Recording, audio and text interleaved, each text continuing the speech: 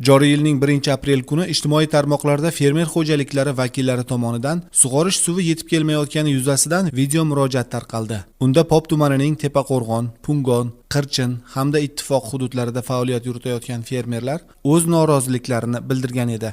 Joriy yil 1-aprel kuni Pop tumanining Tepaqo'rg'on, Ittifoq, Qirchin hududidagi iste'molchilar tomonidan murojaat qilindi suv ta'minotidagi muammolar bo'yicha.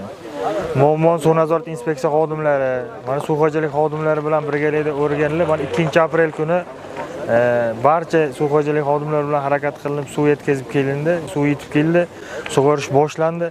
Mavjud suvlardan samarali foydalanish doimiy nazorat kuchaytiriladi. Suv va og'ir hududlarga, kanallar eng oxirgi tarmoqlarga suv yetkazib berish choralariga amaliy yordam ko'rsatiladi. Inspeksiyaning barcha xodimlar safarbar qilingan, nazorat kuchaytirib, belgilangan tartibda suvdan foydalanish nazoratga olinadi. Mazkur holat yuzasidan tezkor choralar ko'rilib, 2-aprel kuniga kelib ushbu hududlarda suv yetkazib berish to'liq yo'lga qo'yildi.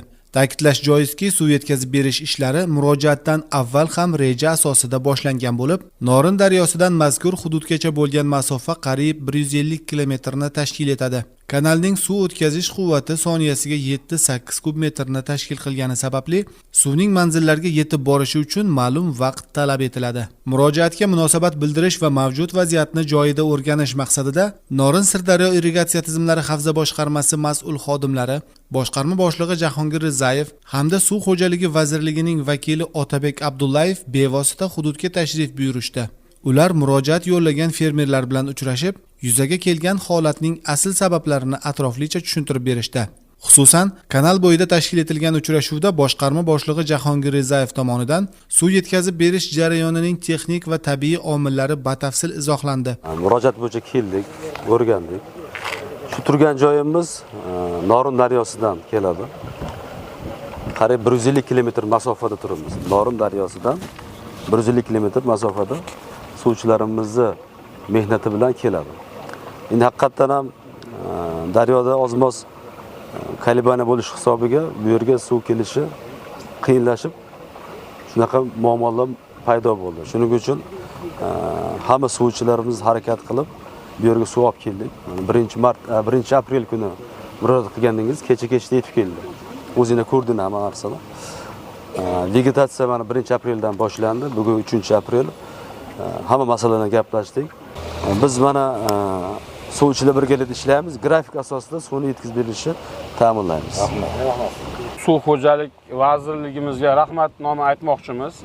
Sabab biz birinchi kuni suv yo'qligidan qiynalganimizdan bir murojaat qilib chiqdik. Shu murojaatimizni bee'tibor qoldirmasdan mana butun viloyat suv xo'jaligini katta rahbarlarini olib kelishdi oldimizga. Suvlar keldi. Xudoga shukr, mana kechqurun yetib kelgan bo'lsa, sug'orishni boshladik. Hammalariga rahmat. Suvni olib kelib berganinglar uchun, mana shu bizning murojaatimiz bee'tibor qoldirmasdan kelganinglar uchun rahmat. Qilgan murojaatlarimiz bee'tibor bo'lmabdi. Buning uchun katta rahmat. Mana suv xo'jaligida ishlovchi barcha xodimlar mana shu suv yetkazish bo'yicha ancha mashaqqatli, samarali ishlarni olib borib, mana minnatdorchilik bildiramiz. Shunchalik suvni olib kelib berganlariga.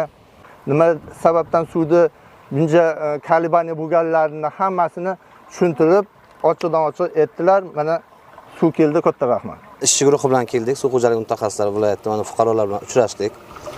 Suv ta'minoti bo'yicha hozir respublikada amalga oshirilayotgan ishlar. Bundan tashqari mana Jahongir aka aytib o'tdilar.